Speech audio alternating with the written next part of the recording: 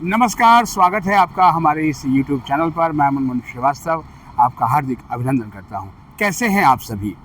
जो लोग दिल्ली में हैं वो दिल्ली को एंजॉय कर रहे हैं, लेकिन दिल्ली में प्रदूषण है।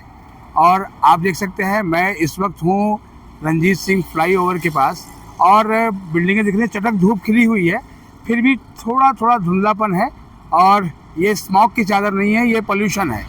और दिल्ली में आपको पता ही है ग्रेड 2 की पाबंदियाँ लागू हैं पॉल्यूशन की, लेकिन उसी में छठ पूजा की तैयारियों का भी जो है वो सिलसिला जारी है। दिल्ली विश्वविद्यालय में भी जब हम कल शाम को थे तो कुछ स्टूडेंट नज़र आए और उन्होंने कहा कि सर क्या हमारा जो ऑटम वैकेशन है वो आगे बढ़ेगा या फिर जो है वो 27 तारीख यानी कि सोमवार से दिल्ली विश्वविद्यालय खुल जाएगा। देखिए, आपको सबसे पहले ये बता दें कि दिल्ली विश्वविद्यालय कभी बंद नहीं हुआ। ये जो ऑटम ब्रेक शब्द जिसे बताऊँगा, पहले ब्रेक करके आया था। जो पहला नोटिफिकेशन आया था वो था ऑटम ब्रेक का, लेकिन इस ब्रेक को लेकर जो है वो कई टीचर्स ने शिकायत की कि उनके जो कॉलेज के प्रिंसिपल हैं वो कह रहे हैं कि अगर आप जाएंगे तो आप छुट्टी लेकर जाएं, क्योंकि ये ब्रेक है, वैकेशन नहीं है। बाद में वो नोटिस जो है जो ड्यू के रजिस्ट्रार डॉक्टर विकास गुप्ता के हस्ताक्षर से इशू हुआ था उसको रिवाइज़ किया गया और वो ऑटम वैकेशन बन गया। और इस वैकेशन में 19 तारीख से, जी हाँ 19 अक्टूबर से 26 अक्टूबर तक जो है वो छुट्टी का प्रावधान था।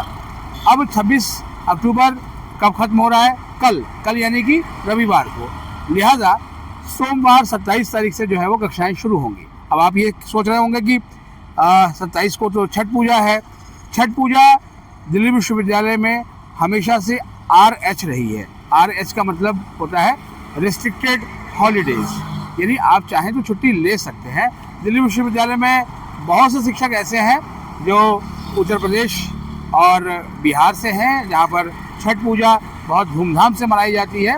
मैं भी बिहार से आता हूँ और जाहिर बात है कि छठ पूजा को लेकर जो है एक बहुत ही गहरी आस्था हम सभी के मन में रही है और पर्व का एक उल्लास होता है। जाहिर बात है जब घर चले जाते हैं तो आने का मन नहीं करता। तो आपका भी ऐसा ही हो रहा होगा, इसलिए मैंने आपको कहा था कि आइए, आपका इंतज़ार था।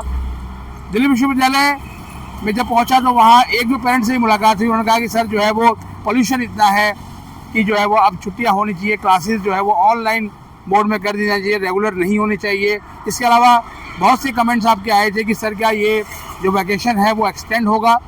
ये बहुत सारे कमेंट्स, इवन आप लोगों ने ईमेल पर भी जो है वो ये सवाल पूछा। व्हाट्सएप और वीडियो के कमेंट्स में तो सवाल है ही।